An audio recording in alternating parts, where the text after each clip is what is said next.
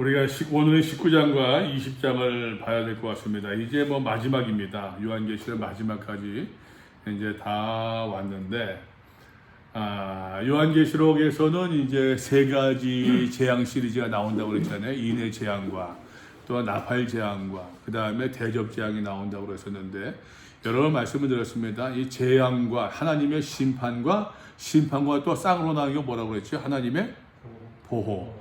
심판과 보호가 늘 같이 나온다는 얘기예요. 그러니까 여러분, 이것은 이제 성경의 이야기도, 성경의 이제 구조도 제가 볼 때는 마찬가지인 것 같아요. 성경의 구조를 보게 되면 대표적으로 예를 들어서 이제 성경 이제 크로스웨이에서 그 얘기를 하는데, 이건 제 이야기보다 크로스웨이에서 하는 이야기예요. 크로스웨이라고 하는 그 세상 공부에서 하는 게 하나님의 은혜가 있습니다. 하나님께서 은혜를 주셔요. 은혜 이야기가 먼저 시작됩니다. 은혜 이야기가 시작되면은 그 다음에 뭐 어떻게 되느냐? 인간의 이제 그 죄의 이야기가 나와요. 죄. 은혜가 있고 죄가 나오고, 그다음 죄 다음에 뭐가 있어요? 심판이 있어요. 심판이 있고 그 다음에 또 뭐가 있게요? 인간의 회개 탄원이 있어요. 탄원. 그러면 하나님께서 그 탄원의 기도를 들으시고 다시 은혜를 주셔요. 죄, 심판, 은혜. 아니, 은혜, 죄, 심판. 은혜, 죄, 심판. 이 구조가 계속 반복되어 나가요. 그러니까는 어찌 보게 되면, 요거는 제 이야기예요. 하나님의 입장에서 보게 되면은, 하나님의 입장에서 성경을 본다고 한다면은, 하나님의 입장에서는 은혜의 이야기예요. 사랑의 이야기예요. 인간이 하나님을 사랑한다는 이야기가 아니라 하나님께서 인간을 짝사랑하시는 거예요. 짝사랑. 인간의 입장에서 보게 되면은 하나님을 향한 배반의 이야기야. 여러분, 다시 은혜와 죄와 심판, 은혜, 죄, 심판, 은혜, 죄, 심판이 반복되고 나오는데, 이것을 말할 때 심판이라고 하는 것이 말 그대로 심판, 싹 쓸어 없애버리는 것이 목표입니까? 성경에서 심판은 그렇죠. 회복과 회개와 회복을 촉구하는 거거든요.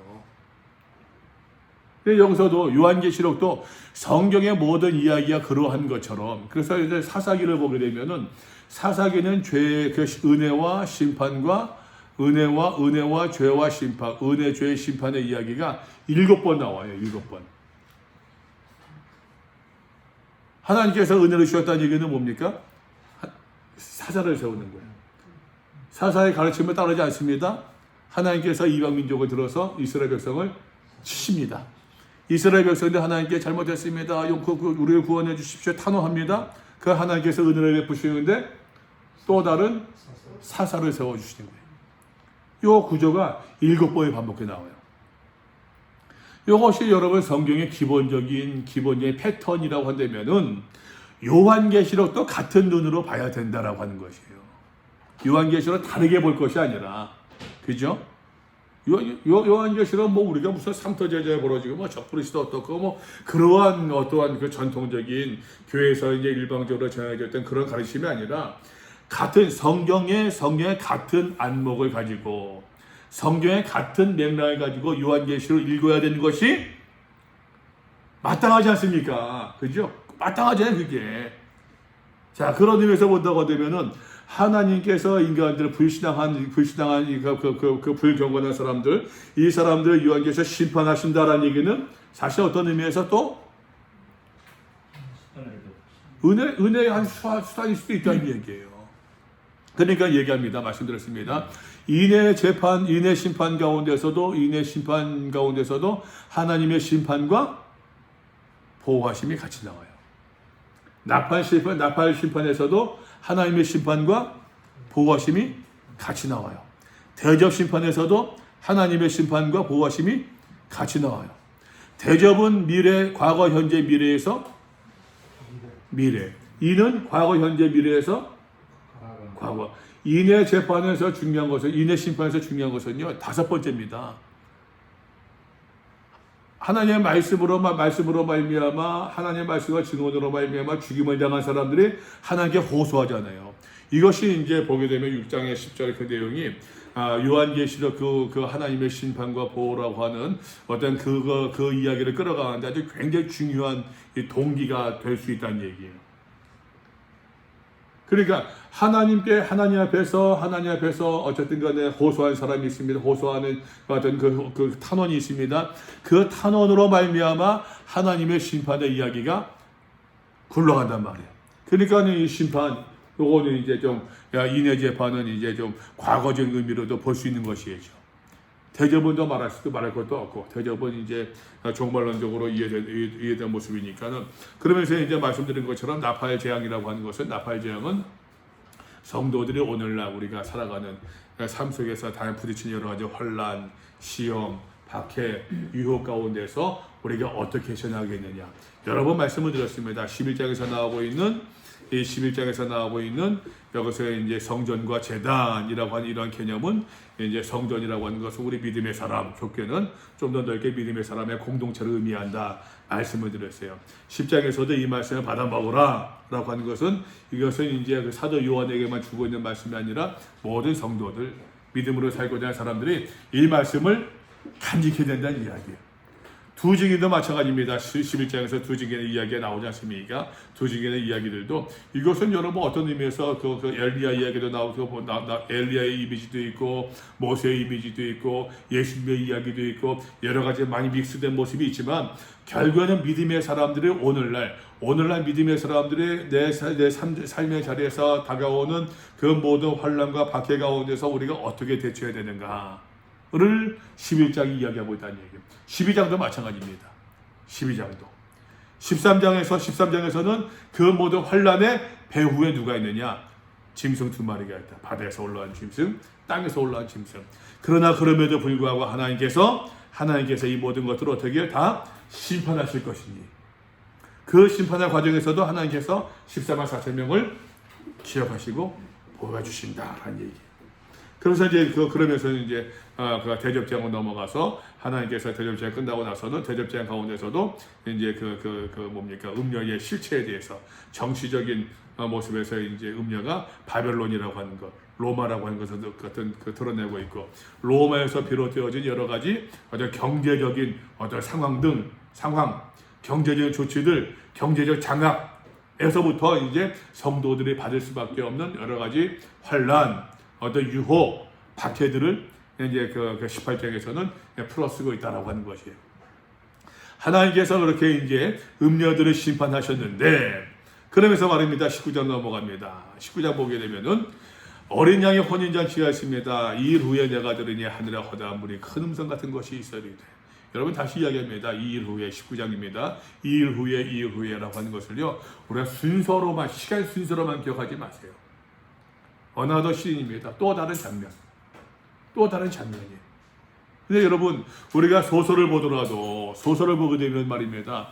드라마도 마찬가지입니다. 드라마도 그렇고 만화도 마찬가지예요. 보게 되면은 여러분 꼭 하루 일기 쓰듯이 말입니다. 어저께 있고 오늘 게 있고 모레 게 있고 그런 식으로 쓰는 소설들은 재미가 없잖아요. 좀 잘 쓰는 소설들 드라마들은 말입니다. 시제가 왔다 갔다 그러잖아요. 뭐한 얘기를, 미래 얘기를 하는 것 같은데, 왜 그러냐면은, 왜 그러냐면, 이야기하다 지내다 과거의 모습을 회상해요. 얘가 이 주인공 이래서 이렇구나. 회상하잖아요. 시제가 왔다 갔다 하는 것처럼. 우리가 여러분 요한계시록도 마찬가지입니다. 요한계시록도 2일 후에 한다고 해가지고서, 우리가 순서로만 이해한다고 한다면은, 사도 요한을 따라가지 못하는 것이에요. 우리가 환상을 보았을 때 말입니다. 여러분, 우리가 여러 가지 많이 보았지만 기억나는 순서대로 이야기할 수도 있고, 시간 순서대로 기억도 못해요. 그죠? 내가 빼먹었네. 그때 이것이 이런 뜻이었어. 얘기할 수도 있잖아요. 그렇게. 이것은 2일 후에라고 하는 것은 어떤 일의 어떤 시간적인 순서는 아니란 얘기예요. 또 다른 장면이다라고 하는 것이에요.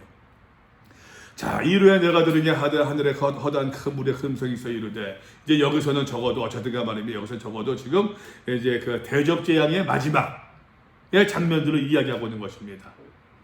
할렐루야, 구원과 영광과 능력이 우리 하나님께 있도다. 구원과 영광과 능력이 우리 하나님께 이도다. 구원이 뭡니까, 여러분? 소테리아, 구원이. 하나님께서 우리를 구원해 주시는 것, 우리가 영원한 나라에 들어가는 것, 우리가 구원받아야죠. 구원의 확신이 있다. 여러분, 꼭 그렇게만 우리가 국한식에서 이야기할 수 있을까요? 솔직히 우리가 신학에서 배울 때 그렇게 안 배웠는데 그것만 배우지 않잖아요. 근데 교회에서는 우리가 구원하게 되면은 죽어서 천당 가는 것만을 이야기해요. 또 이제 그러니까는 여러 말씀드리지만 목사가 교인들을 훈련시키는 것도 있지만 교인들이 목사를 올가매는 것도 있어요. 교인들이 교회의 관습과 교회의 어떤 전통이 목사를 올가매는 것도 많이 있다라고 하는 것이에요. 그러니까는 우리가 기도하면서 뭐 생각하면서 묵상하면서는 이게 아닌데 이렇게 해야 될 것 같은데 그러나 교회의 전통이 그러니까 또 따라가는 수가 많잖아요. 그런 경우들. 사실 근데 우리가 정말로 이것저것 생각하지 않고 어떠한 신앙이라고 하는 하나님의 뜻이라고 하는 그것만 생각한다고 한다면은 밀고 나가야 되는데 근데 그렇지 못한 경우가 많잖아요. 그러니까는 목사가 교회를 만들어 나가는 것도 있지만 교회가 목사를 만들어 나가는 것도 있어요. 이거 조금 유식하게 설명드릴게요. 좀 다른 이야기입니다. 다른 이야기지만 여러분 아이덴티티, 정체성이 있잖아요. 개인적인 정체성이 있거든요. 퍼스널 아이덴티티가 있어요. 퍼스널 아이덴티티가 있고 여러분 퍼스널 아이덴티티만이 아니라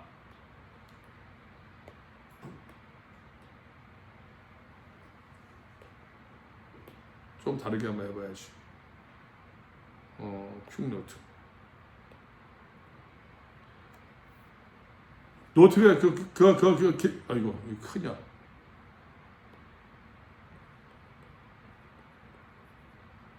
퍼스널 아이덴티티. 개인적인 어떠한 그 자기 정체성이 있어요. 개인적인 정체성은 말 그대로 내 한 사람의 어떤 퍼스널 아이덴티티라고 얘기할 수 있지만 근데 여러분 그룹이 있지 않습니까? 그룹에도 아이덴티티가 있어요. 한번 생각해 보세요, 여러분. 교회라고 얘기했을 때 교회라고 하는 그룹이 있잖아요. 이 그룹도 아이덴티티가 있어요. 그룹 정체성이 있어요.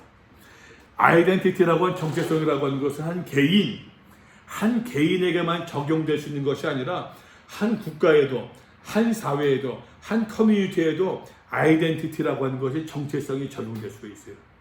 이것은 제 얘기가 아니라 이건 제 얘기가 아니에요. 에릭 프롬이라고 하는 에릭슨이라고 하는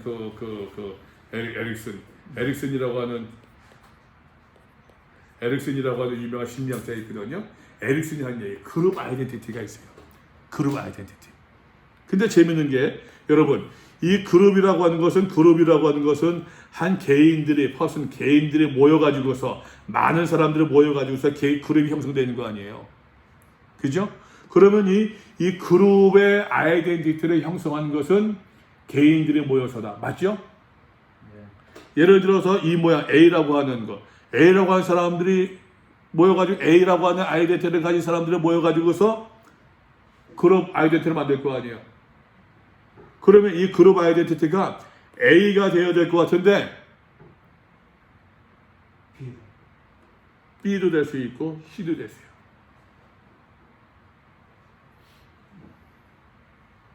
이제 그러면은 보세요. 이 개인들이 이 그룹에 모여가지고서 그룹 아이덴티티가 형성이 됐는데 그룹의 아이덴티티가 내 아이덴티티가 충돌이 생겨요. 어떤 사람들이 충돌 생긴 것을 극복하면서 하는 사람도 있고 어떤 사람들은 에이 그냥 뭐 따라가지. 그냥 따라가는 거야.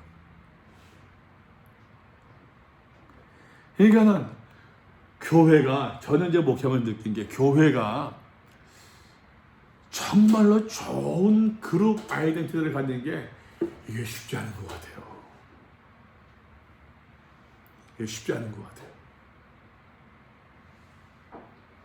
좋은 사람들이 모여 있으니까는 그 그룹의 아이덴티티도 좋아질 거라서 기대를 하는데 실제로는 안 그렇다는 얘기예요. 그렇지 않은 경우가 너무 많아요. 믿음이 있는 사람들의 모인 그 교회 공동체가 좋아야 되는데 믿음의 성경에서는 양보를 이야기하고 신앙을 이야기하고 희생을 이야기하고 죽음을 이야기하고 있는 이 신앙 공동체가 이 그룹 아이덴티티가 이기심을 주장하고 내 거 더 달라고 얘기하고 왜 나오냔 말이야. 그의 현상들이 그룹 아이덴티티는 그룹 따로 형성돼요. 따로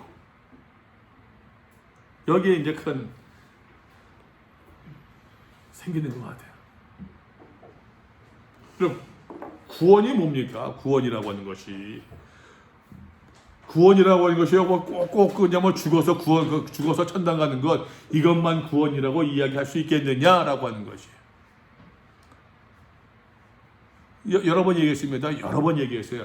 우리가 요한계시록 얘기할 때 하나님 나라 할 때 어떤 개념이 중요하다고 그랬어요? 하나님의 주권.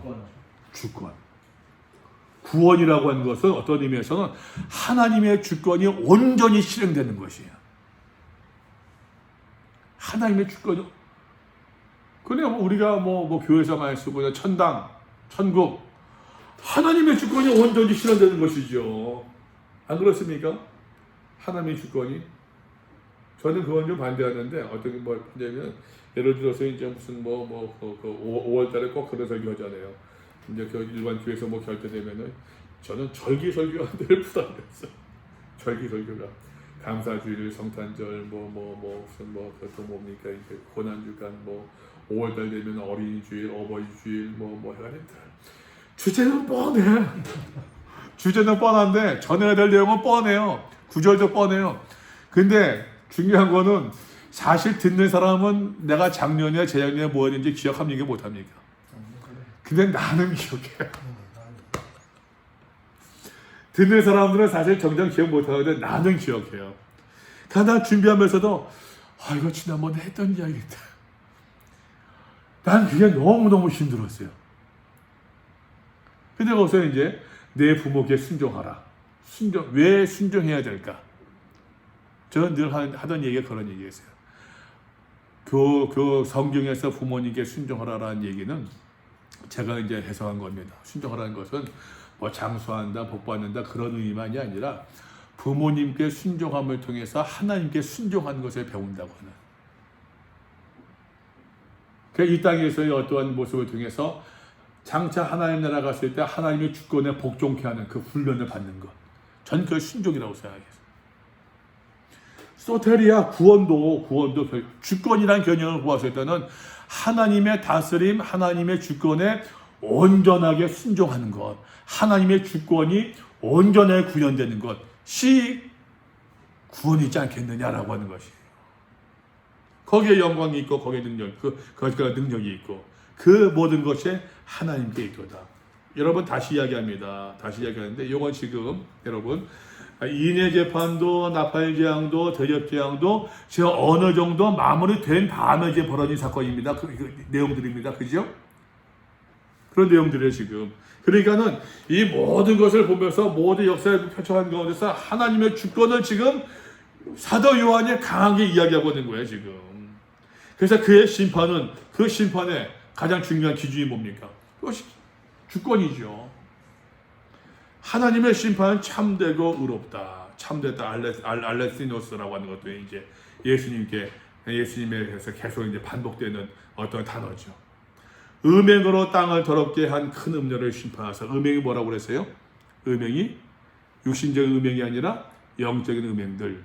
하나님 섬기지 아니하고 또 이제 그 우상을 섬기했던 모습들. 우상을 섬긴다고 했을 때 다시 이야기합니다. 우상을 섬기했던 것.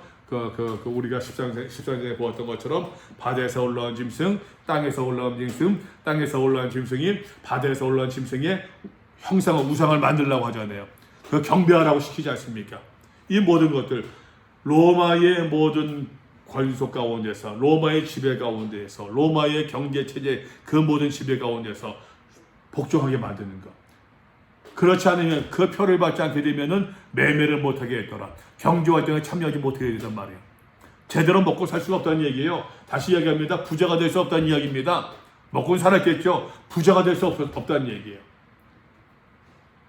그 음행으로 땅을 더럽게 한 땅은 요한계시록에서 부정적 의미, 긍정적 의미?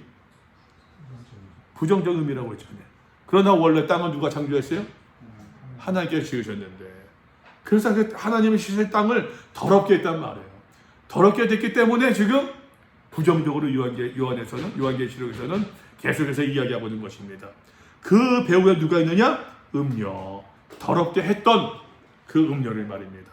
하나님께서 심판하사 자기 종들의 피를 그 음녀의 손에 갚으셨도다. 자기 종들의 피. 아까 얘기했던 6장 10절의 응답이에요. 6장 보세요. 6장 넘어가 봅시다. 한번.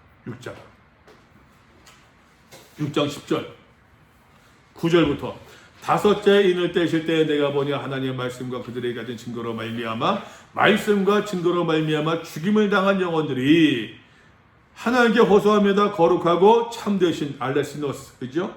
알레시노스 참되신 대주제여 땅에 거하는 자들의 심판에 우리 피를 갚아주지 아니하시기를 어느 때까지 하나이까. 이 의인들의 기도를, 이것이 말씀드렸습니다. 요한계시록 전체를 끌어가는 중요한 원동력이 된다고 그랬었어요. 이 기도가 최종적으로 지금 19장에서 어떻게 해요? 응답되는 거예요. 지금 내가 떠들으니 허다한 무리의 음성과도 3절입니다. 두 번째로 할렐루야 하니, 할렐루야 동의한다는 얘기죠. 응답했다는 얘기입니다. 동의한다는 얘기입니다. 제청이요 하는 겁니다. 그 연기가 세세토록 올라가더라. 그 연기가 세세토록 올라간다. 하나님의 심판의 연기를 이야기해요. 또 24장 노아의 생물에 엎드려 보좌에 앉으시니 하나님께 경배하여 이르되 아멘 할렐루야. 3절에서도 할렐루야 아멘 할렐루야. 동의합니다. 제청합니다. 맞다. 구원과 영광과 능력이 우리 하나님께 있도다. 하나님께서 이 모든 심판 하나님께서 행하셨도다. 옳다. 맞습니다. 하나님 잘하셨습니다. 하나님께서 행하신 심판이 옳습니다. 그 동의하는 모습이더라라고 하는 것이. 보좌에서 음성은 나서 이르시되 나님의 종들 곧 그를 경유하는 너희들아. 여러분 봤습니다. 이제까지 대접심 나팔 심판과 이 요한계시록에서 이루어지는 모든 심판들은 지금 경건한 사람들, 경건하지 않은 사람들 대상이 경건하지 않은 사람들이에요. 그럼 다시 묻습니다. 하나님을 경유하는 사람들, 하나님을 경유하지 않는 사람들, 경유하지 않은 사람들이에요. 지금 심판의 대상이. 이제 하나님을 경유하는 경건한 사람들 말입니다. 하나님의 종들이라고 칭하면서, 왜? 이제는 심판은 어느 정도 하나님의 심판 행위가 완성되었군요. 아직은 아니지만 더 크지만 너희들 경외한 너희들아, 작은 자나 큰 자나 다 우리 하나님께 어떻게 해요? 찬송하라. 찬송이 무슨 뜻입니까? 찬송한다. 찬송이 어떻게 해석하시겠습니까? 노래하는 것 그것만 찬송일까요? 이 백성은 내가 나를 위하시오나니 나의 찬송을 부르게 하려 함이니라. 여러 기다치고 등등등 하면서 평화시고 등등등 하면서 그것만 찬송이라고 이야기할 수 있을까요? 어떤 의미가 있을까요?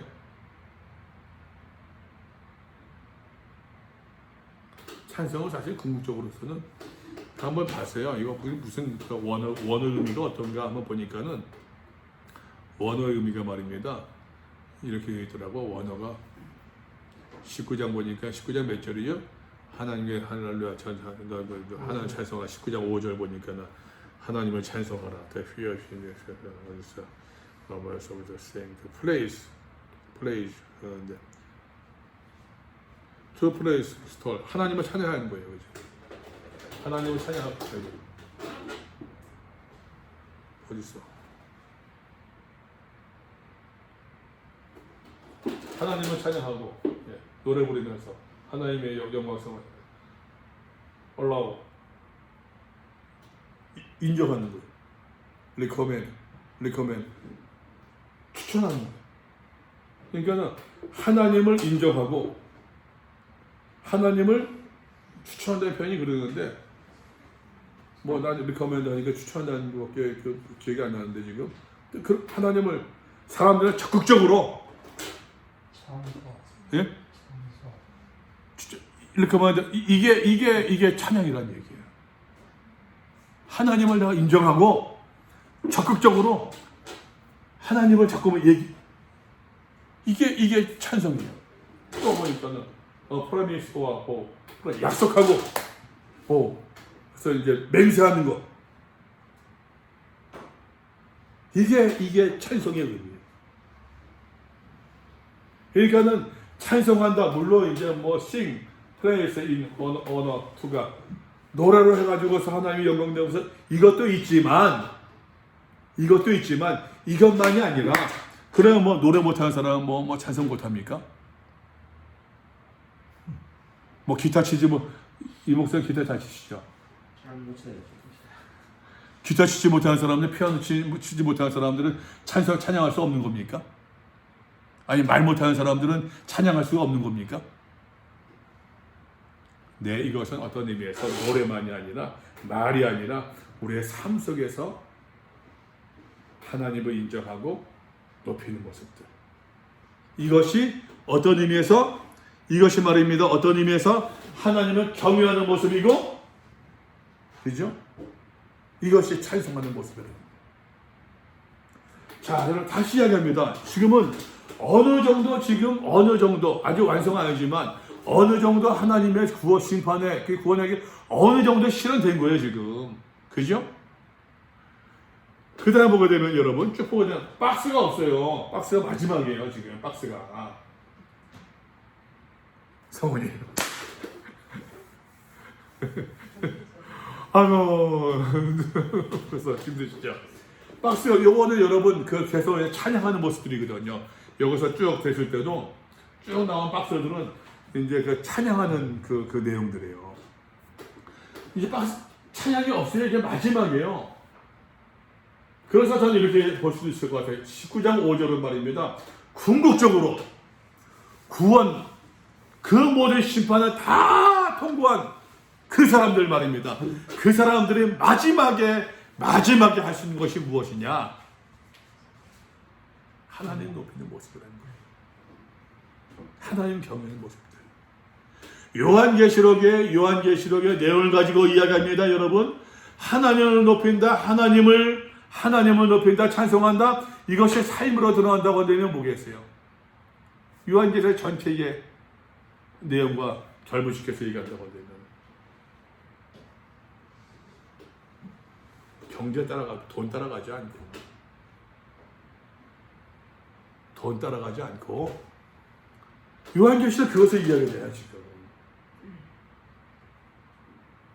요한계시록은 다시 이야기합니다. 여러분 2000년 전에 사도 요한은 자본주의의 위험을 물질의 위험을 이미 봤던 거예요. 성도들에게 있어서 결정적인 유혹이 있다면 뭐겠느냐? 저거 돈이구나. 로마라고 하는 거대한 사회, 경제 체제 가운데서 여러분 돈 싫은 사람 있습니까? 돈 싫으세요? 돈 좋아요. 돈 좋죠. 어제 우리 집사람 저 용돈 주더라고요. 얼마나 놀라는지 몰라요. 누워가지고서 그냥 뭐 이러고 있는데 갑자기 여보 용돈. 왜? 너무 놀라가지고서는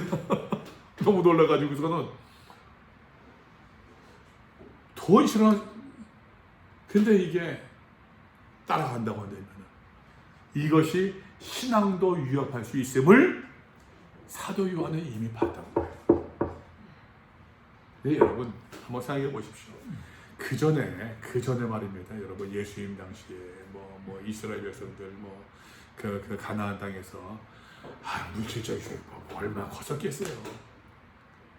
아간이 아이 성전터 해가지고서 외투 한번 훔쳐 그 정도인데 그 정도하고 이런 로마 시대에 아까 우리 18절에 보지 않았습니까? 무역이 이루어지고 있는 국제 무역 여러분 그 어떤 경제적 유혹이 비유가 되겠습니까?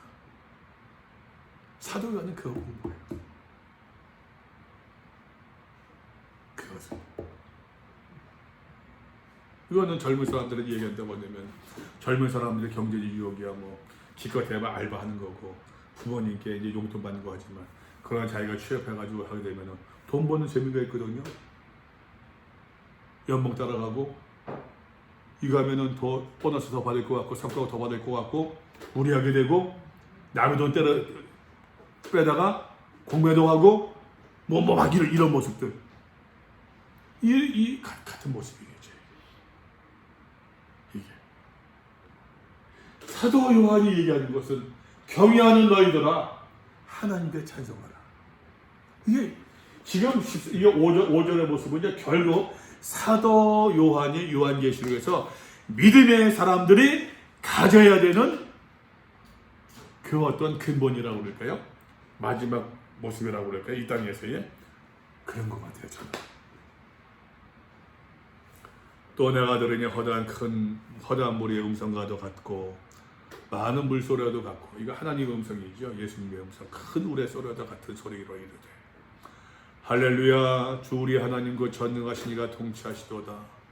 우리가 즐거워하고 크게 기뻐하며 그에게 영광을 돌리세. 그죠? 1절에서 보았습니다. 여러분 2절에서 할렐루야 구원과 영광과 능력이 우리 하나님께 있도다. 할렐루야 주 우리 하나님 곧 전능하신 이가 통치하시도다. 뭐 비슷한 이야기예요. 그 다음에 여러분 중요한 얘기 나옵니다. 7절 우리가 즐거워하고 크게 기뻐하며 그에게 영광을 돌리세. 어린 양의 혼인기약에 이르렀대요. 어린 양이 누굽니까? 예수 그리스도. 그죠? 어린 양의 혼인기약에 이르렀대요. 혼인기약에 이르렀고 그의 아내 어린 양의 아내가 자신을 준비했대요. 어린 양의 아내가 누굽니까? 무엇입니까? 누구 같아요? 예? 성도들. 우리 성도들. 어떤 성도들?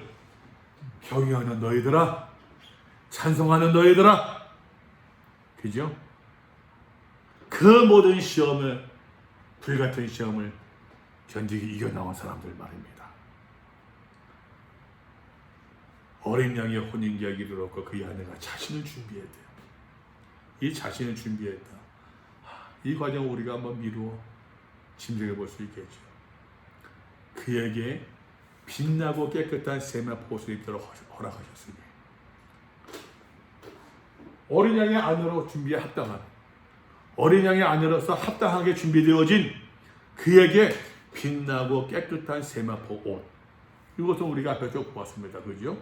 13만 4천명 입었던 흰 옷들, 뭐 예수님께서 1절에서 보았던 흰 세마포 옷을 입었던 것들, 이 모든 걸 다 보았어요. 근데 여기서는 또 하나 이렇게 이야기할 수 있답니다. 주석학자들이 얘기하는 게 이 세마포만 강조하는 것은 종교적 의미가 있대요. 누가 입었던? 제사장이 입었던. 제사장이 입었던. 제사장은 누굽니까? 하나님과 사람들을 매개시켜주는. 구약시대에는 사람들이 하나님께 곧바로 나갈 수가 없었잖아요. 그러니까 히브리서 기자 우리에게 마지막 큰 대제사장이 있으니 누구예요? 예수 그리스도. 이제는 누구든지 예수님 시대에는 그 이후에는 예수의 이름에 예수의 보혈의 공로로 말미암아 누구든지 하나님께 나아갈 수 있는 담대함을 얻게 된 거 아닙니까? 길이 열렸잖아요. 휘장이 쫙 갈라진 것처럼. 이제는 제사장이 필요합니까? 필요하지 않습니까? 필요 없어요. 여기에서 사실 천주교와 개신교의 결정적인 차이가 드러나요. 천주교는 지금도 제사장이잖아요. 사제, 신도, 사제. 거꾸로 하면은 제사. 영어로 더 프리스트예요. 똑같아, 프리스트. 그러니까는 사제, 신부가 참여한 그 예배를 가리켜서 신부가 집전한 예배를 가리켜서 미사라고 해요. 신부가 상주하고 있는 그 교회를 가리켜서 성당이라고 해요. 신부가 상주하지 않으면은 그건 성당이 아니에요. 공소예요, 공소. 신부가 참석하지 않은 그 미사는 미사가 아니에요. 공소 예절거예요. 그러니까 지금도 아직도 가톨릭에서는 신부가 제사장, 사제의 역할을 하고 있는 거예요. 근데 우리 개신교는 가정 예배, 구역 예배, 누구든지 예배를 할 수 있죠. 만인 제사장. 이게 결정적인 차이예요, 이것이. 자, 여기서 이제 세마포 옷을 입도록 허락하셨다. 그럼 여러분, 여기서는 이제 우리 그런 이야기를 할 수 있어요. 이 세마포 어린 양의 혼인기야. 이 그의 아내가 그의 아내가 누구냐? 세마포 옷을 입어야 된다는 얘기예요. 하나님 앞에서 종교적으로, 신앙적으로, 제사 예배적으로 하나님과 바른 관계를 맺는. 바른 관계가 뭡니까? 우리 로마서 봐서 보지 않습니까? 보면은 하나님의 의가 나타나서 믿음으로 믿음에 이르게 한다. 하나님의 의를 관계로 보자고 그랬잖아요. 기억나세요? 예. 관계로 보자고 그랬잖아요. 관계. 하나님의 의가 뭐냐? 하나님과 올바른 관계를 맺을 수 있는 길이 복음에 계시되어 있다는 얘기예요. 예수님에게서 그 길이 있다는 얘기예요. 그런 사상이 다시 나오는 겁니다. 지금 하나님 앞에서 깨끗한 세마포 옷을 입었다는 얘기는 지금 하나님과 올바른 관계를 맺었다, 관계를 맺지 못했다? 하나님과 올바른 관계 속에 들어갔다는 이야기예요. 지금 그러한 자들, 그거 모습을 가리켜서 아까 얘기한 것처럼 세상의 모든 유혹에 물들지 아니하고 신앙의 길을 걸어갔던 그 사람들의 모습을 이야기하고 있는 것이에요. 그 사람들을 가리켜서 어린 양의 아내가 자신을 준비하였더라라고 이야기하고 있더라라고 하는 것이에요. 이 세마포 옷은 성도들의 무엇이다? 옳은 행실이다. 옳은 행실이래요. 여러분, 여기서 옳은 행실도 옳은 행실이라고 하는 것도 말입니다. 여러분, 그냥 우리가 그냥 뭐라고 할까요? 그냥 어떤 그 바르게 행동하는 것, 그것만 이야기하겠습니까?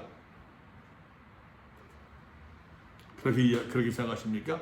옳은 행실이라고 하는 것은 전혀 이렇게 이야기하고 싶어요. 하나님의 말씀에 바르게 순종하는 것. 귀 있는 자는 성령의 교회들에 가신 말씀을 들을지어다. 2장 3장에서 반복해서 얘기했던 그 말씀들, 거기서 나오라 말씀하셨던 그 음성들 말입니다. 그 물들지 아니하고 그 모습들을, 그 모든 삶을 가리켜서 옳은 행실이요, 그것을 세마포시요, 그것을 가리켜 하나님과 올바른 관계 맺음이요, 그러한 사람들이 하나님과 어린 양의 아내가 되는 모습이다. 여러분, 이 어린 양의 아내라는 개념을 잘 기억하십시오. 어린 양의 아내 개념을 21장에서 이 아내 개념이 다시 한번 나와요. 다시 한번 나옵니다. 천사가 내게 말하기를 기록하는 어린 양의 혼인잔치에 청함을 받은 자들을 복이 있도다. 여러분 보세요. 어린 양의 혼인잔치에 청함 받은 자들을 복이 있대요. 어린 양의 혼인잔치에 왜 청함을 받았습니까? 청함 받은 이유가 뭐예요? 하객, 축하객 아니면 신부, 아내. 우리가 복음서에서는 그런 비유가 많잖아요. 혼인잔치 비유가 많이 있는데, 그때는 이거 열천의 비유도 그렇고, 예? 나가서 그냥 사람들을 데리고 오라 했는데, 나는 밭을 갈아야 된다, 무슨 장가 가야 된다, 어디 가지 않으니까는 하나님께서 종에서 사람들 다리 불편한 사람들 다 불러가지고 자를 채웠다, 문 닫고 끝났다. 거기서 말하되 청함받은 자는 사실 하객이라는 말 맞아요, 그죠? 하나님 나라에 동참하는. 근데 여기서는 조금 더 심화돼요. 어린 양의 혼인잔치에 청함받은 자들은 복이 있다. 이거는 구경꾼으로, 또 혹은 축하객으로 한 것이 아니라 어린 양의 아내로, 신부로 부름받은 사람들이에요. 또 내게 말하되 이것은 하나님의 참되신 말씀이라. 참되신 말씀이래. 이게 약속이란 얘기죠. 내가 그 말 앞에 엎드려 경배하니라. 아마 요한이야. 너무 귀한 걸 깨달았으니까 그가 나에게 말하기를 그 앞에 엎드려 경배하려 합니다. 누구를? 그 천사를 말입니다. 그 천사가 이야기합니다. 나는 너와 및 예수의 증언을 받은 내 형제들과 같이 된 종이다. 나는 너와 같은 성경을 가진 사람이라. 내게 절하지 마라. 나를 경배하지 마라. 경배받을 이는 오직 하나님 한 분뿐이시다. 보세요. 나는 너와 및 예수의 증언을 받은 내 형제들과 같이 된 종이니. 여러분 1장으로 넘어가 봅시다. 1장으로. 1장 9절 보니까 나 요한은 너희 형제의 예수의 환난과 나라와 참음에 동참한 자라. 하나님의 말씀과 예수를 증언하였으므로 말미암아 반모를 섬에 있었더니. 나 요한은 너희 형제래요. 너희와 같은 형제래요. 너희와 같은 성경을 가진 사람으로서 나도 이렇게 예수 안에서 환난에, 예수 안에서 하나님 나라에, 예수 안에서 인내하며 이 모든 동참했던 사람이다. 같은 성경 안에. 그러니까 너희도 같은 형제니까 할 수 있다 없다? 할 수 있다는 얘기예요. 또 해야 된다는 얘기예요. 해야 된다는 얘기. 믿음의 사람이라. 이 말씀을 그대로 저는 어쩌면 요한이 1장에서 고백했던 이 고백이 어쩌면 여기서 온 그 고백일 수도, 깨달음일 수도 있겠다 싶어요. 나는 너와 및 같은 형제래요. 같이 된 종이래요. 너처럼 너와 및 예수의 증언받은 형제들이래요. 이것은 똑같이 다시 한번 그 형제들, 그 모든 그다음 믿음의 공동체, 초대교회 믿음의 성도들이 이렇게 해야 된다는 얘기예요. 순종해야 된다는 이야기죠. 예수의 증언은 예언의 영이라. 예언이 여러분, 예언의 영이라. 예언이 여러분 보시겠어요? 저 한번. 예언이 말입니까? 말이겠습니까? 혹은 삶이겠습니까?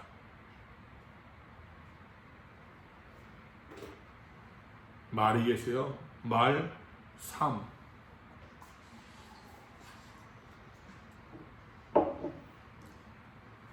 말씀이 육신이 되어 우리 가운데 오셨다고 하는데 태초에 말씀이 계시니라. 이 말씀은 곧 하나님이시라고 하는데 이 말씀이 육신이 되어 우리 가운데 오셨으니 말씀하고 있는데 예? 여기서 말하던 예언이 삶이겠어요? 말이겠어요? 지금 쭉 사도 요한이 얘기하는 게 뭡니까? 그러니까 여기서 이 예언의 영이라 이것이 또 찬송으로도 올라가는 것 같아요. 하나님을 경외하는 모습으로. 예언의 영이라 예수의 증언, 여러 번 얘기했습니다. 마르토리아, 증거, 마르토리온. 증거는 예수, 하나님의 말씀, 그리스도 말씀 같이 결부된 단어라고 여러 번 말씀을 드렸어요. 요한계시록에서. 이것은 여러분 단순히 예수 믿으시오, 예수 천당 불신지요 외치는 그것만이 아니란 이야기예요. 내가 내 삶 속에서, 내 모든 삶 속에서 충분하게 그렇게 증언한다는 얘기는 말을만 한 것이 아니라 그렇게 살아내는 것을 의미한다는 얘기예요.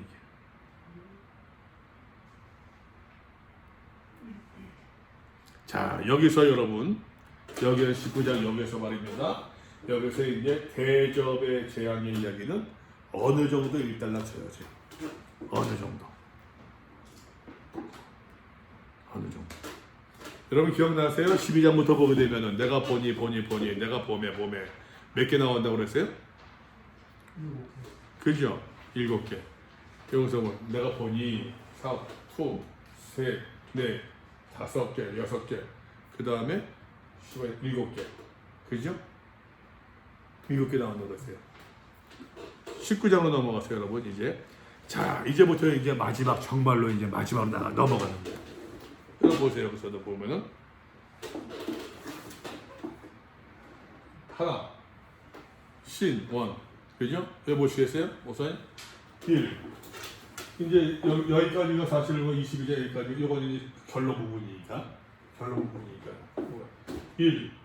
첫 번째, 두 번째 이야기, 세 번째, 네 번째, 다섯 번째, 여섯 번째, 일곱 번째. 그러니까 이야기가 여기까지 가는 거예요. 그리고 종언이에요. 결론. 사도 요한이 똑같이 지금 다시 한번 7개의 장면을 통해서 그 마지막 때 벌어질 수 있는, 마지막 때 보여지는 그 환상들을 다시 이야기합니다. 여러분, 우리가 거기 마지막 때 환상이라고 해서 마지막 때 벌어지는 어떠한 우리 실제적인 사건보다는 여러 말씀드렸죠. 우리가 비유로 보자고요. 비유로. 예수의 말씀도 비유로 읽으면서 예수께서 말씀하시니 뭐 비유로 그 달길 줄 알면서 비유로 보자고요. 그때 뭐 마지막 때 어떤 일이 벌어질지 누가 알겠어요. 근데 사도 요한은 이 마지막 때 벌어질 수 있는 여러 가지 사건들을 지금 이거로 돌리기가 너무 덥다요. 이거로 마지막 때 벌어지는 사건들을 말입니다. 지금 구약에서의 많은 개념들, 많은 말씀들을 지금 인용하고 끌고 오는 가운데서 지금 우리에게 보여주고 있는 거예요. 설명하고 있는 거예요. 이 내용들은 많이 이제 그 에스겔이라든가 다니엘 뭐 그런 장면들 말씀들이 이제 많이 인용돼서 나오는 것을 볼 수가 있답니다. 자, 어쨌든가 말입니다. 이제부터 아까 얘기했습니다. 대적재앙의 이야기는 여기서 사실상 어느 정도 끝이 나요. 그래서 이제 마지막 때에 벌어질 최후의 심판의 모습과 약속에 대해서 전체 용서의 결론적 부분들은 굳이 대적재앙에서만이 아니라 전체의 어떠한 이제 그 이야기의 어떤 어떤 그 이야기의 대단원으로서 어떤 보면은 좋을 것 같다라는 얘기예요. 백마탄자 첫 번째. 내가 하늘에 열린 것을 보니 보라 백마와 그것을 탄 자가 있으니 그 이름은 충신과 진실이래요. 충신과 진실. 충신과 진실하니까 여러분 3장 7절 그러니까 3장 7절이 아니라 1장 5절 보시겠습니까? 1장 넘어가 봅시다 한번. 누구냐 이거. 또 충성된 증인이래요. 충성, 피스토스. 그죠? 3장 7절 말씀 보세요. 거룩하고 진실하사 다윗의 열쇠를 가지시니. 3장 14절 말씀. 아멘이시여 충성되고 참된 증인이시여 하나님의 창조의 근본이시니. 피스토스, 알레시노스. 그죠? 요 말이, 요 19장으로 넘어가서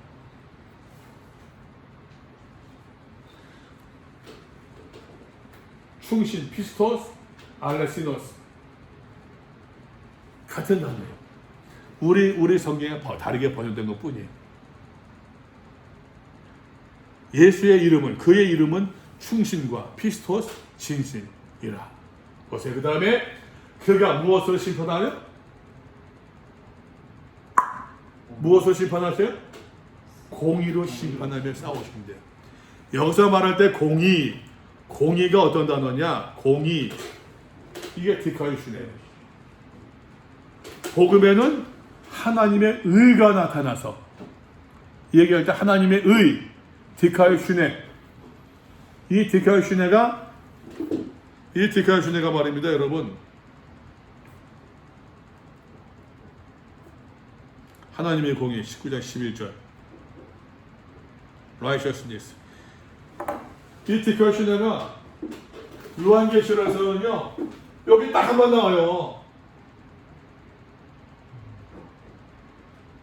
딱 한 번 나와요. 이게 제가 디카이슈네가 지금 로마서에서는 어딘가 로마서에서 쭉쭉 나오잖아요. 로마서 쭉 나오잖아요. 지금 1장 10절부터 해가지고서 쭉 로마서 나오지 않습니까?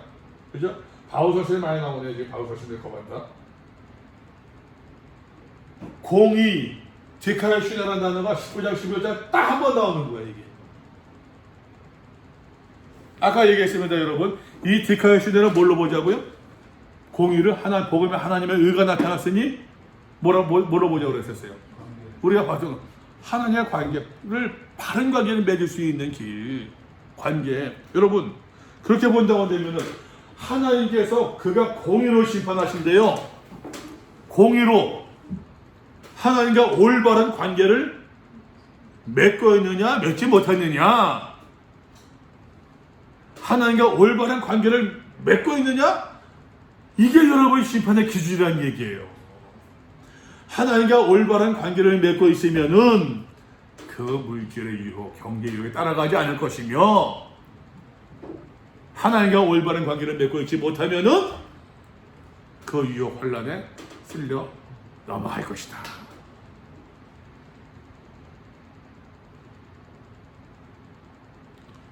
스키와 시대가 한 번 나와요. 그래서 11절에서 그 눈은 불꽃 같고 머리에는 많은 관들이 있고, 이미 다 봤던 내용들입니다. 예수님이죠. 또 이름 쓴 것 하나가 있으니 자기밖에 아는 자가 없대요. 자기밖에. 근데 여러분 기억나세요? 우리가 13장에서 보았던 거, 13장 보게 된 말입니다. 여러분 13장에서 13장 어딘가?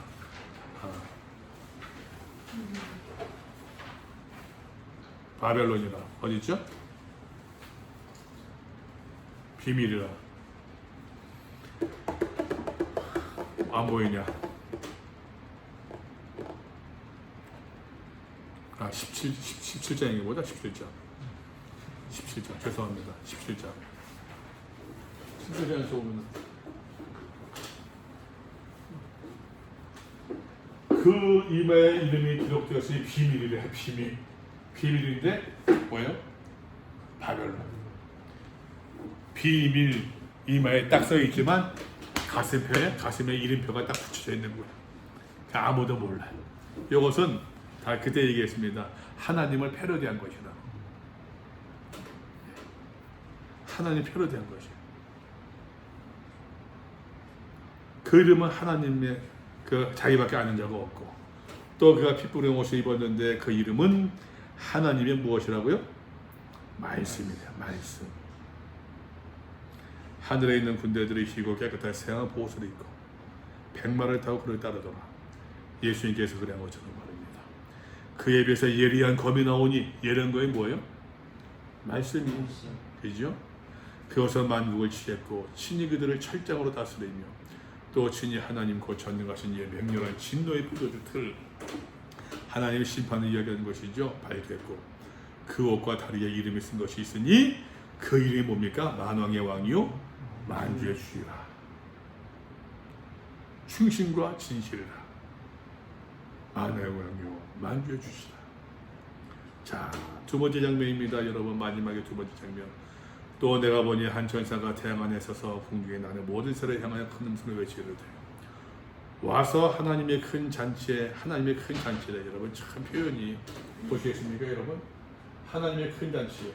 큰 잔치는 여러분 좋은 거 나쁜 거? 잔치는 좋은 거야. 하나님의 큰 잔치인데 여기서 말입니다. 여러분 어린 양의 혼인 잔치가 베풀어진 거예요. 그죠? 어린 양의 혼인 잔치가 있어요. 근데 여기서 하나님의 큰 잔치인데 이 잔치는 심판의 잔치. 참 대조되잖아요. 믿음의 사람들, 경고한 사람들의 행에서는 하나님의 혼인의 잔치가 벌어집니다. 어린 양의 혼인 잔치가 벌어졌는데 경건치 못한 사람들 앞에서는 하나님 심판의 큰 잔치가 벌어졌습니다. 왕들의 삶과 장군들의 삶과 장사들의 삶과 말명과 그것을 탄 자들의 삶과 자유인들이나 종들이나 작은이나 큰 자나 모든 자의 삶을 먹으라.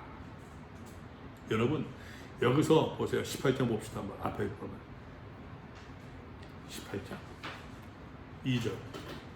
무너졌도다 근성 바벨론 귀신의 쳤사 각종 더러운 영이 모이는 곳과 각종 더러운 가지가 무엇이? 새들이 모이는 곳이 되었도다.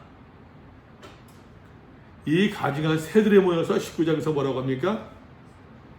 하나님의 글자 왕들은 공중에 나는 모든 새를 향하여 큰 음성을 외쳐입니다. 또 여러분 이 왕들과 6장으로 가봅시다. 6장으로. 6장 보게 되면 여러분 6장 15절 6장 15절 보세요. 땅의 임금들과 왕족들과 장군들과 부자들과 강한 자들과 모든 종과 자유인들이 요 인간들은 뭐라고 하느냐? 하나님의 심판이 벌어지는 가운데서 산들과 바위에게 말하되 우리 위에 떨어져 보좌에 앉으시니 하나님의 얼굴에서와 그 어린 양의 진노에서 우리를 가려주시오. 회개합니까? 회개하지 않습니까? 않잖아요. 땅의 임금, 왕족, 장군, 부자, 강한 자, 이 땅에서 모든 힘과 권세와 부귀영화를 누리고 있는 사람들이에요. 그 사람들의 종들입니다. 그 사람들 부역하고 있는 사람들이에요. 요 사람들 18장 다시 넘어갑니다. 여러분 19장 다시 넘어가 보세요. 여러분. 왕들의 사이와 장군들과 장사들의 사이, 말들과 거기서 탄자들의 사이, 자연 종들의 자원자나 그 사람들의 반복되고 있는 거예요. 그제 표현이 하나님께서 그 경건치 못한 자들을 추적하시는 거예요. 또 내가 보면 그 짐승과 땅의 임금들과 그들의 군대들을 모여 그 말탄 자와 그의 군대와 전쟁을 합니다. 땅의 짐승과 땅의 임금들과 그의 군대들, 땅에 속한 그 무리들과 짐승과 그 무리들과 그 쫄개들과 말탄 자 누구라고 그랬어요? 백마탄 자?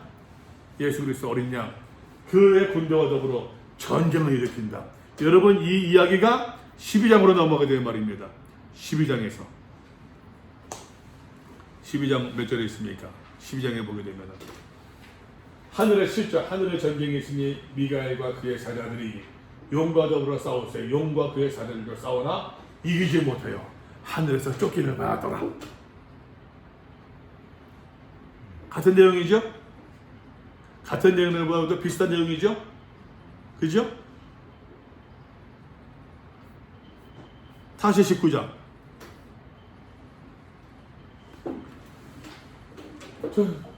근데 이거 똑같습니다. 그들 하늘에서 내쫓긴 것처럼 짐승이 잡히고 그 앞에서 표적을 행하는 누구예요?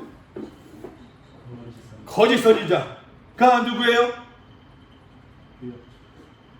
그 거짓 선지자 누구였습니까? 바다에서 올라온 짐승 누구라고 그랬어요? 바벨론, 로마. 땅에서 올라온 짐승, 부역자들, 정치적 지도자, 종교적 지도자, 그 거짓 선지자들로 함께 잡혔어요.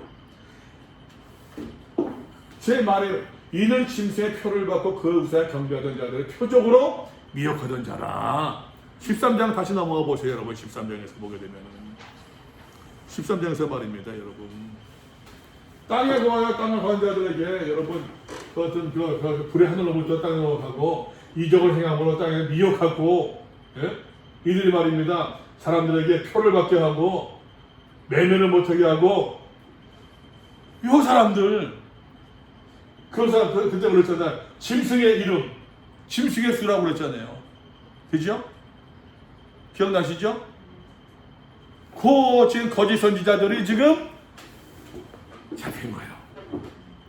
그러니까 여러분 다시 2장으로 넘어가 봅시다. 여러분 2장으로 가게 되면은 우리가 그렇게 얘기했던, 그때도 이제 얘기했는데 이게 참 난 아쉽지 들을 게 있는 자가 듣는 거지 뭐 그냥 제가 뭐 상황이 그래서 이렇게 보는 것이 아니라, 예? 지금 이거야 지금 여기서 볼 때 말입니다. 여러분 쭉 보면서 계속하는 얘기가 뭐 너희가 뭐 믿음을 저버리지 발람의 경험을 따른다. 니골로 따른다. 이세벨이 말이죠. 이세벨이 어디 있어 이세벨을 따르고 뭐 그런 이야기가 행하면서 우상의 제물을 먹게 했다. 이것이 여러분 다시 이야기합니다. 로마에서 우상을 숭배하는 경제적인 모든 유혹이라는 얘기예요. 지금 이 이야기가 그렇게 제가 이런 얘기하면서도 17장 18장 가면 다 나온다. 누누이 얘기를 했었잖아요. 그 내용들을 지금 이렇게 했던 사람들, 그 부역자들이 말입니다. 그 부역자들이 잡히는 거예요. 지금 이 둘이 짐승과 거짓 선지자. 짐승은 로마. 바다에서 올라온 짐승. 거짓 선지자 땅에서 올라온 짐승. 잡히고 산채로 유황불 붙는 못에 던져지고 그 나머지 그 말탄자 입으로부터 나오는 것의 죽음의 모든 새가 그들의 살로 배불리더라. 여러분도 이 말씀을 또 오해하지 마십시오. 이 말씀 가지고서 말입니다. 산채로 던져졌다고 해가지고서 그러면은 이게 또 언젠가 또 튀어나와서 그러지 않겠느냐? 하나님께서 그냥 그 심판에 던져졌는데 뭐 튀어나오겠어요? 산채로 던져졌다는 얘기는 어떤 의미겠습니까? 고통이죠. 그만 고통. 고통이 끝나지 않는다는 얘기예요. 끝나지 않는다는 얘기예요. 하나님의 심판에 엄하심을 이야기하고 있는 거예요. 혹독함을 이야기하고 있는 것이에요. 이 혹독함을 이야기하면서도 믿음의 사람들에게는 우리가 어떻게 살아야 될 것인가를, 우리가 어떻게 믿어야 될 것인가를 말씀하고 있는 거죠. 자, 이제는 천년 왕국의 이야기가 나옵니다. 천년 왕국 20장. 또 내가 보며 천사가 무적행의 열쇠와 다시 이야기합니다. 여러분, 이 일 후에 내가 보매 이거 순서로 보지 말자고 그랬어요. 또 다시 지금 요한이 이걸 쓰고 있는 거예요. 우리가 이것을 순서로 보니까 전천년설이 어떻고 후천년설이 어떻고 뭐 이렇게 얘기하고 있는 거예요. 여러분, 우리가 적어도 지금까지 봤을 때 요한이 이야기하고 있는 것이 뭡니까? 그 마지막 때에 벌어질 사건들을 이야기하고 있는 것입니까? 아니면 마지막 때 심판을 이야기하고 있는 것이에요.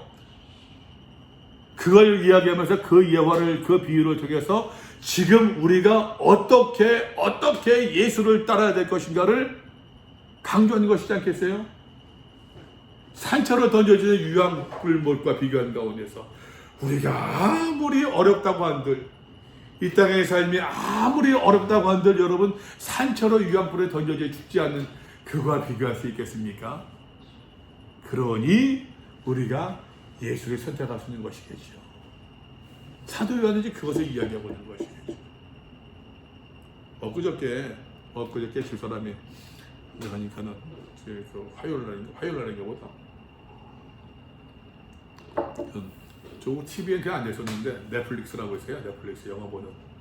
그게 이제 그 TV의 유선 방송인데 그 올라섰는데 그게 설치가 되어 있더라고요. 이제 가서 업데이트가 된 것 같아요.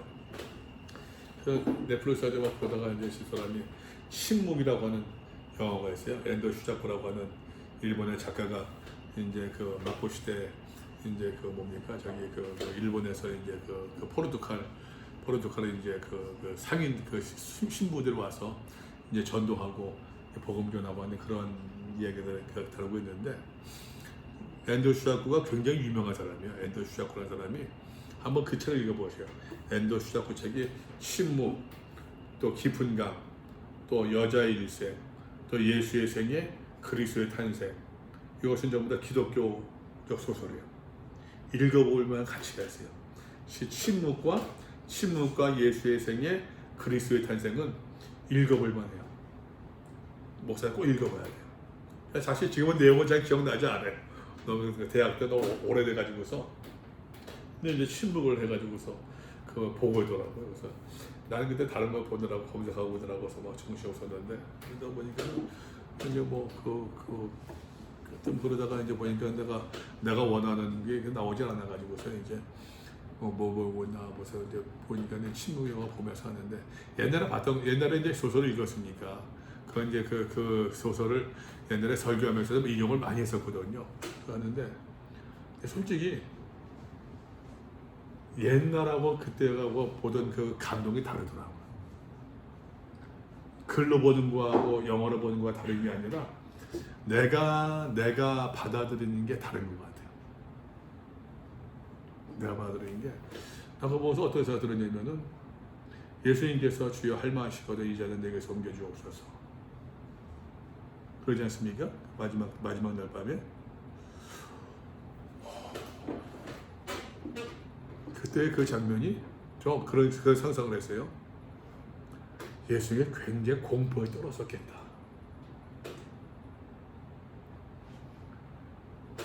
굉장히 아니 그 유대인들의 로마 병사들의 채찍은 이제 쭉 감긴다고 그러잖아요. 감겼다가 땡기면은 살살이 떨어져 나간대요. 여러분 그게 말이 그렇지. 그거 한번 볼 때마다 얼마나 그거 아주 그냥 뭐 공포스럽겠어요. 예수님인들 그 공포스럽지 않겠습니까? 그게 얼마나 공포스럽겠어요, 그게. 근데 거기서 이제 신부들이 나중에 배교를 해요. 배교를 하는데 이제 일본의 이제 그 지도자들이 성화 갖다 놓고서 밟아. 밟으면 너 배교한 거 인정해 줄게. 근데 밟지 못해요. 신도들이 밟지 못하고 죽임을 당하는 거예요. 그래서 신부가 밟지 못해요. 근데 그 뭡니까 고문이 너무 악랄하니까는 공포가 되기도 하고, 더 무서운 거는 더 악랄한 것은 로마 군인들이 나요. 이 신부가 배교하지 않으니까는 배교했다고 하는 그 신도들을 또 고문하는 거예요. 네가 배교하지 않으니까 저 사람들이 저기 고통받고 있지 않냐. 이게 침묵이야. 하나님께서 침묵하고 계십니다. 그때 이제 로드리고 그 신부가 음성을 들어요. 밟아라. 나는 밟히기 위해 존재하느니라. 밟아라. 나는 밟히기 위해 존재하느니라. 나는 그거 보면서도 그때 예수님의 어떤 그 고통, 그 공포가 저 일본 저 놈들은 그 로마 병정보다 더한 놈들이네. 그런 생각이 들더라니까요. 다시 얘기하는데 여러분 어찌 보게 되면은 사도 요한은 지금 이러한 환상들, 이러한 이야기를 통해서 그 마지막 때 심판의 엄위함을 얘기하고 있는 거예요. 그 엄위함을 이야기하면서 그 엄위함과 지금의 아픔이 그 고난이 있다고 할지라도 그것과 비교할 수 있겠느냐. 그러니 우리가 인내하고 잘 견디자. 그게 사도 요한이 얘기하잖아. 나는 너희 같은 형제요. 예수 안에서 고난에 인내에 동참한 자라. 인내라고 하는 덕목이 요한계시록에서 굉장히 중요하다고 여러 말씀을 드렸잖아요. 그래서 여러분 어찌 보게 되면 전천년, 후천년설 이야기하는 것보다도 제가 보았던 그 책에서는 그런 이렇게 얘기하더라고요. 이것은 1장 6절에서 이 20장의 내용, 이 사탄이 잡히는 이 마귀가 잡히는 이 장면은 17장 여기서 말입니다. 요 위에 있는 이 장면은요 이것과 심승이 같이 보자는 거예요. 같이. 이해되세요? 짐승이 잡히잖아요. 거짓 선지자. 우리가 보았잖아요, 여러분. 사탄과 짐승과 부역자, 삼위일체, false trinity, 거짓 삼위일체. 그때 얘기했던 것 같은데. 그러면 여기서 요거 따로따로 시간이 얘기한 것처럼 내가 보면하고 하는 것이 또 다른 장면이 아니라 사도 요한이 지금 쪼무레기들 둘 잡은 거 설명하고 대빵 잡은 거 설명할 장면이지 않겠느냐. 우리가 전천년, 후천년 사실은 보는 건 그게 중요한 건 아닌 것 같아요. 보세요. 또 내가 보면 천사가 무적인 열쇠와 큰 쇠사슬을 그의 손에 가지고, 이 무적인 열쇠와 큰 쇠사슬을 가졌고, 무적인 열쇠는 이제 죽음과 사망의 열쇠니까는 아마도 이 천사는 예수 그리스도이지 않을까. 하늘로부터 내려왔다. 용을 잡았습니다. 곧 얘 뱀이요. 얘 뱀. 우리가 창세기 3장에서 보았던 것처럼 이 뱀이 사람을 미혹하잖아요. 여인을 미혹시키지 않습니까? 그러니까 계속 미혹. 신천지가 왜 이거 가지고 가르쳐서 이제 미혹하는 것도 좋게 얘기했는지 모르겠어요, 이유를. 마귀요, 사탄이나 이 용, 뱀, 마귀, 사탄 다 셈입니다. 똑같아요. 1000년 동안 결박하여 무적에 던져넣어 잠그고 그 위에 임봉하여 1000년이 차도록 다시는 만국을 미혹하지 못하게 하였는데 그 후에는 반드시 잠깐 노인대요. 4절에서 한번 끊어봅시다. 4절에서 잠깐 끊었다가 7절로 넘어갑시다. 1000년이 참에 사탄이 그 옥에서 놓여 나와서 땅의 사방 백성 곧 곡과 마곡을 미워하고 땅의 사방 백성 곧 곡과 마곡은 곡과 마곡이라고 하는 것을 에스겔서에 따르면은 이거는 그 당시에 이제 모든 나라 모든 백성을 의미하는 표현이에요. 또 미혹하고 모아 싸움을 붙이려니 누구와 그리스도와 그의 군대들 하나님과 더불어 한판 붙겠다는 얘기야. 여러분 바다의 모래 같으리라. 여러분 12장에서 기억나세요 여러분? 12장에서 보세요. 맨 끝에 예수의 진노를 가진 자들과 더불어 싸우려고 바다 모래 위에 서 있더라. 바다 모래 위에 서 있더라. 그래서 여러분 어제시가 대부분 많이 신학학자, 성경학자들은 말입니다. 신학학자들이 제가 본 책들도 그렇고 그들은 어떤 꼭 그렇게 아까 저도 이제 과거, 현재, 미래, 나팔, 대접 얘기했지만 또 같이 보는 사람도 많더라고요. 이것을 요거 바다에 모래 서 있더라. 요 장면이 여러분 또 반복되는 것처럼 보이잖아요. 지금 바다 모래 같은 같으라.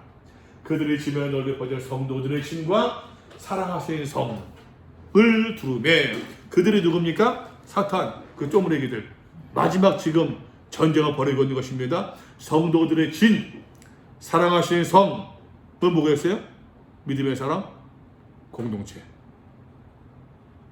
우리가 11장에서 보았던 하나님의 성전을 측량하고 그죠? 그런 공동체. 지금의 이 땅의 교회가 아니라 하나님의 궁극적인 교회를 두르고 대적하고 있는데요. 보세요. 이 싸움이 말입니다. 너무 싱거워요. 하늘에서 불이 내려와 그들을 태워버렸더라. 이게 최후의 전쟁이에요. 그러니까 이제 세대주의자들은 하늘에서 불이 내려와 그들을 태워버렸다 해서 이제 하늘에서 불이 내려온다. 이게 뭐냐? 삼태제전 해가지고서 핵전쟁이 터지고 그런 것이 않겠느냐. 근데 우리가 쭉 보았던 것처럼 하나님의 심판의 어떠한 그 상징들이 말입니다.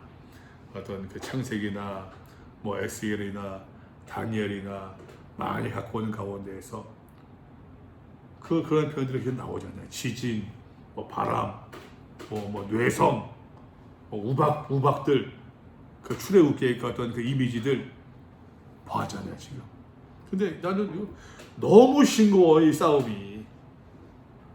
이거 갖다가 그냥 한다고서 말입니다. 붙어야지 막 동안 시끄럽게 온 동네만에 시끄럽게 만들어 놓고서 딱 했는데 시작하자마자 총소리가 들리자마자 끝나는 거야 그냥. 너무 싱거워요. 최후의 전쟁이라고 이야기할 것도 없어요. 중요한 이야기는 하나님께서 어떻게 해요? 다 심판하신다. 하나님께서 보호하신다는 거예요. 또 그들을 미혹하는 마귀가 불과 유황못에 던져지니 이 불과 유황못이 어디입니까? 여러분 아까 보았던 이 짐승과 거짓 선지자가 던져졌던 거기 그 짐승과 거짓 선지자도 있어서 세세토록 밤낮 괴로움하더라. 여기에 같이 들어간다는 얘기예요. 이것은 같이 보는 게 맞을 것 같아요. 그래서 여러분 여기서 제가 요거 그 4절부터 요거를 떼서 봤는데 내용을 보게 되면 같이 보는 것이 자연스러워요. 흐름을 봐서는. 또 내가 4절입니다. 내가 보좌들을 보니 거기에 앉은 자들이 있어 심판하는 권세를 받았더라. 하나님의 사람에 대해서 어떻게 하나님께서 대우 보호해 주시는가. 심판하는 권세를 받았대요. 또 내가 보니 예수를 증언함과 하나님의 말씀 때문에 증언, 말씀 같이 나온다고 그랬잖아요. 그죠? 예수, 증언, 말씀 같이 나온다고 그랬습니다. 목배임을 당한 자들의 영혼들과 또 짐승과 그의 우상에게 경배하지 아니하고 그들의 이마와 손에 그의 표를 받지 아니한 자들. 우리가 14장에서 보았죠. 경배하게 한다. 이것은 얼라이언스, 서로 동맹하는 것을 의미한다고 그랬어요.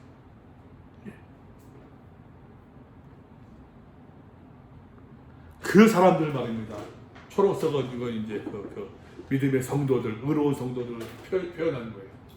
이 사람들의 살아서 그리스도와 더불어 1000년 동안 왕노릇하니. 보세요. 그 나머지 죽은 자들이 그 1000년의 차이까지 살지 못하더라. 이는 첫째 부활이라. 이 첫째 부활에 참여한 자들이 복이 있고 거룩하도다. 둘째 사망. 첫 번째 다 부활했는데 마지막 심판 앞에서 둘째 사망, 영원한 죽음이 그들을 다스리는 권세가 없고 도리어 그들의 하나님과 그리스도의 제사장이 되어 제사장의 표현 나오고 있죠. 여러분 제사장의 표현들 우리가 여러 번 얘기했습니다. 아까 세마포를 얘기할 때도 그랬었고 1장 6절 보시겠어요? 여러분 1장 6절 1장 6절 보더라도 그의 아버지 하나님이 위하여 우리를 나라와 제사장으로 삼으셨더라. 하나님의 통치, 지배, 주권에 우리가 어떻게 우리가 동참할 수 있느냐, 어떻게 참여할 수 있느냐, 제사장으로서 하나님과 바른 관계를 맺음으로써. 그러니까 여러분 요한계시록은 계속 그것을 이야기하고 있는 거예요. 하나님과 올바른 관계에 그 세상의 유혹, 물질적 유혹에서부터 우리가 동참하지 아니하고 어떻게 우리가 하나님과 올바른 관계를 맺을 수 있겠느냐, 우리가 어떻게 하나님 나라의 건설에 동참할 수 있겠느냐. 이것이 여러분 성경이 계속해서 복음서에서도 그렇고 계속해서 이야기하는 바이지 않겠습니까? 19장 다시 넘어갑니다. 19장 11절. 또 내가 크고 흰 보좌와 그 위에 앉으신 이 하나님이죠. 땅과 하늘이 그 앞에서 피하여 간되었더라. 땅과 하늘이 그 앞에서 피하여 간되었대요. 땅은 부정적, 긍정적? 하늘은 긍정적, 부정적? 그죠? 요한계시록은 계속 그러다 왔었어요. 근데 이제는 모든 것이 끝났습니다. 사탄도, 짐승도, 거짓 선지자도 다 유황불에 고통받고 있습니다. 이제 하나님께서 사람들을 최후 마지막 심판하신 것만 남았더라라고 하는 것이에요. 땅도 그 하나님이 주신 땅들 어둡게 만들었던 나쁘게 만드는 그 모두가 다 사라지고 말았어요. 이제 아무런 의미가 없게 됐다는 얘기예요. 이제는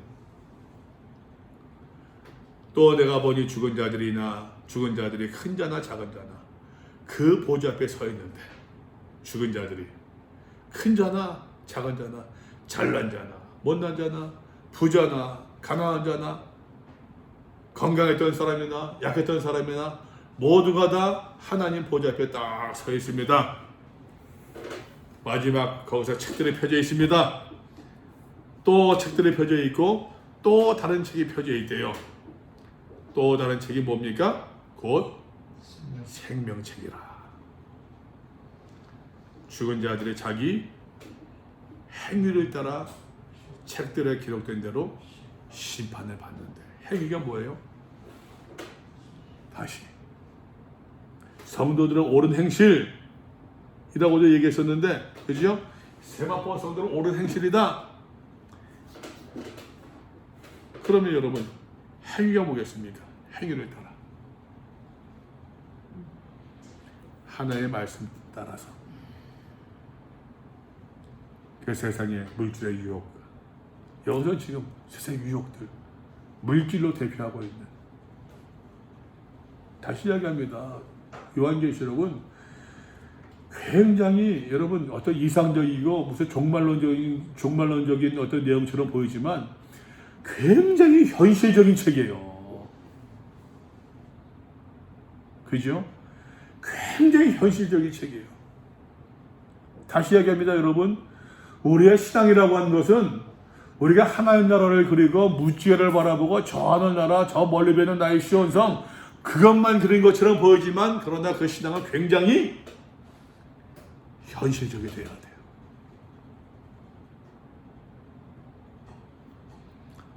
행위를 따라 심판받는데요. 바다가 그 가운데서 죽은 자들을 다 토해낸대요. 사망과 음부도 그 가운데서 죽은 자들을 다 내준대요. 다 첫 번째 부활이죠, 지금.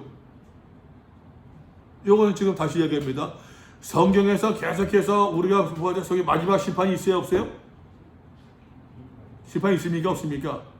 마지막 심판이 있잖아요. 그죠? 최후 심판이 있습니까, 없습니까? 있어요. 그것을 지금 요한이 지금 이렇다라고 보여주고 그 있다고 하는 것을 이야기하고 있는 것이지, 예수님께서 말씀하신 것들, 또 이제 뭐 묵시문서에서 얘기한 것들, 그것을 다시 한번 리바이벌 한 것뿐이지, 이것이 다라고 이야기한 것은 아니란 얘기예요, 지금. 성경의 흐름과 전통을 이야기하면서 마지막 심판이 있으면 우리 믿습니다. 최후 심판이 있으면 믿어요. 분명히 믿습니다. 그러나 요한계시록 지금 이 이야기는 요 모양이다라는 것보다는 그것을 좀 이렇게 표현하고 있는 거예요, 지금. 각 사람이 자기의 행위대로 또 심판을 받는데요. 다 이 행위가 어디에 기록되어 있다고요? 생명책에. 사망과 음부도 불못에 던져진대요. 사망과 음부도. 그러니까 더 이상 사망이 있다 없다? 없다는 얘기예요. 이것이 둘째 사망, 곧 불못이라. 누구든지 생명책에 기록되지 못한 자는 불못에 던져질 것이다. 하나님께서 결국에는 다 심판하신다는 얘기예요. 하나님께서 의로운 사람들 결국에는 기억하신다는 이야기예요. 여러분, 우리에게 우리의 믿음이라고 하는 것은 하나님께서 창조주요, 하나님께서 심판주요, 하나님께서 주권자이심을 믿는 것이지, 안 그렇습니까? 그날에 계신 아무도 모른다고 했는데, 예수님도 하늘에 계신 아버지 마신다고 하셨는데 뭐고 하려고 그러겠어요? 우리는 그것을 믿고 바르게 사는 것이 내 몫이지, 내 역할이고. 그런데 우리가 자꾸만 알라고 그래. 그걸 안다고 얘기해요. 알아야지만 믿음이 좋다고 착각하는 것 같아요. 난 그것은 아니지 않나.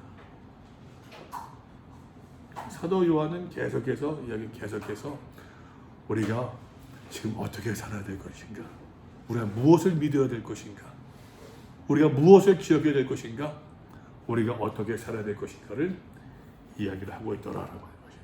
여러분 얘기한 것처럼 마지막 편에 샵 1, 2, 3, 4, 5 쭉 나오고, 여섯 번째 이제 새하늘 새 땅, 새 예루살렘이 나오고, 그 다음에 주 예수여 어서 오시옵소서 말합니다. 예 나오면서 요한계시도 맞춰집니다.